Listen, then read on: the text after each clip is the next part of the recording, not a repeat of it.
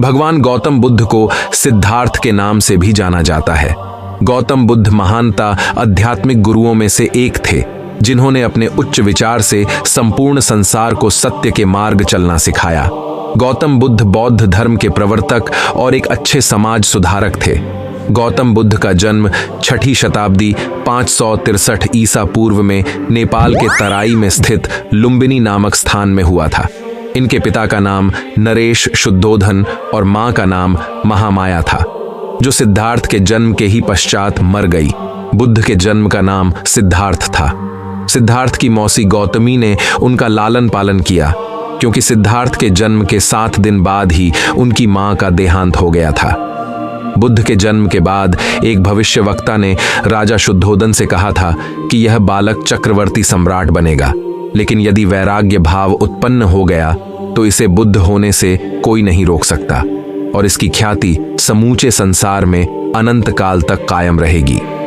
राजा शुद्धोधन सिद्धार्थ को चक्रवर्ती सम्राट बनते देखना चाहते थे, इसीलिए उन्होंने सिद्धार्थ के आसपास भोग विलास का भरपूर प्रबंध कर दिया, ताकि किसी भी प्रकार से वैराग्य उत्पन्न न हो। सिद्धार्थ का विवाह 16 वर्ष की उम्र में दंडपाणि शाक्य की कन्या यशोधरा के साथ हुआ।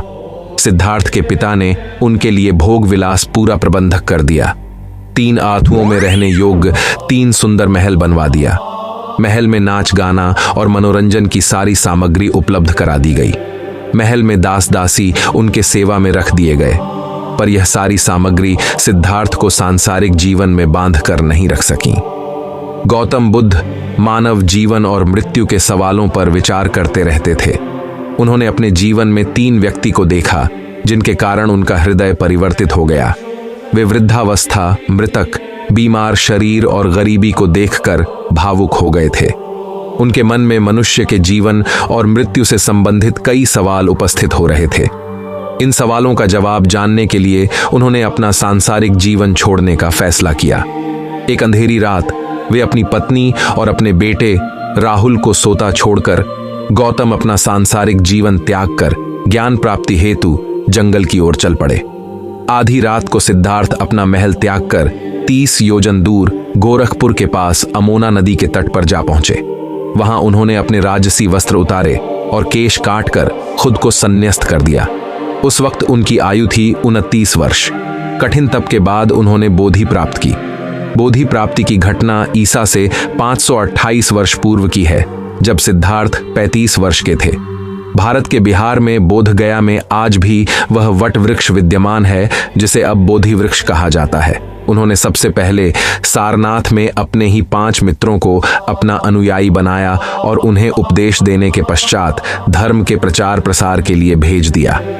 गौतम बुद्ध ने अपने उपदेशों में संतुलन की धारणा को महत्व दिया। उन्होंने इस बात पर बहुत बल दिया कि भोग की अति से बचना जितना आवश्यक है, उतना ही योग की अति अर्थात तपस्या की अति से भी बचना जरूरी है। भोग की अति से चेतना के चीठाडे होकर विवेक लुप्त और संस्कार सुप्त हो जाते हैं। परिणाम स्वरूप व्यक्ति के दिल दिमाग की दहलीज पर विनाश डेरा डाल देता है। गौतम बुद्ध का कहना है कि 4 आर्य सत्य हैं। पहला यह कि दुख है, दूसरा यह कि दुख का कारण है, तीसरा यह कि दुख का निदान है, चौथा यह कि वह मार्ग है जिससे दुख का निदान होता है। बौद्ध धर्म के संस्थापक गौतम बुद्ध का 80 वर्ष की आयु में 483 ईसा पूर्व में पूर्वी उत्तर प्रदेश के कुशीनगर में निधन हो गया। इस घटना को महापरिनिर्वाण कहा गया। उनके दाह संस्कार के बाद बुद्ध के अवशेषों को कई भागों में विभाजित किया गया और उनके अनुयायियों के बीच वितरित किया गया। गौतम बुद्ध के मत में अष्टांगिक मार्ग ही वह मध्यम मार्ग है जिससे दुख का निदान होता है। अष्टांगिक मार्ग चूंकि ज्ञान, संकल्प, वचन, कर्मांत, आजीव, व्यायाम, स्मृति और समाधि के संदर्भ में सम्यकता से साक्षात्कार कराता है, अतः मध्यम मार्ग है। मध्यम मार्ग ज्ञान देने वाला है, शांति देने वाला है, निर्वाण देने वाला है, अतः कल्याणकारी है, और जो कल्याणकारी है वही श्रेयस्कर है। गौतम बुद्ध विश्व कल्याण के लिए मैत्री भावना पर बल देते हैं। बुद्ध के प्रमुख गुरु विश्वामित्र, अलारा कलम, उद्दाका रामापुत्र थे, जबकि बुद्ध के प्रमुख 10 शिष्य आनंद, अनिरुद्ध, महाकश्यप, रानी खेमा, महाप्रजापति, भद्रिका, भृगु, किम्बाल, देवदत्त और उपाली थे। दूसरी ओर बौद्ध धर्म के प्रचारकों में प्रमुख रूप से अंगुलिमाल, मिलिंद, सम्राट अशोक, बोधिधर्मा, विमलमित्र, वेंदा, उपगुप्त, वज्रबोधि, अश्वघोष, नागार्जुन, चंद्रकीर्ति, मैत्रेयनाथ, आर्य असंग, वसुबंधु, स्थिरमति, धर्मकीर्ति, शांतरक्षित, कमलशील, सौत्रांत्रिक, आम्रपाली, संघमित्रा आदि का नाम लिया जाता है। शोध बताते हैं कि दुनिया में सर्वाधिक प्रवचन बुद्ध के ही रहे हैं। पश्चिम के बुद्धिजीवी और वैज्ञानिक बुद्ध और योग को पिछले कुछ वर्षों से बहुत ही गंभीरता से ले रहे हैं। दुनिया का ऐसा कोई हिस्सा नहीं बचा था जहां बौद्ध भिक्षुओं के कदम न पड़े हों।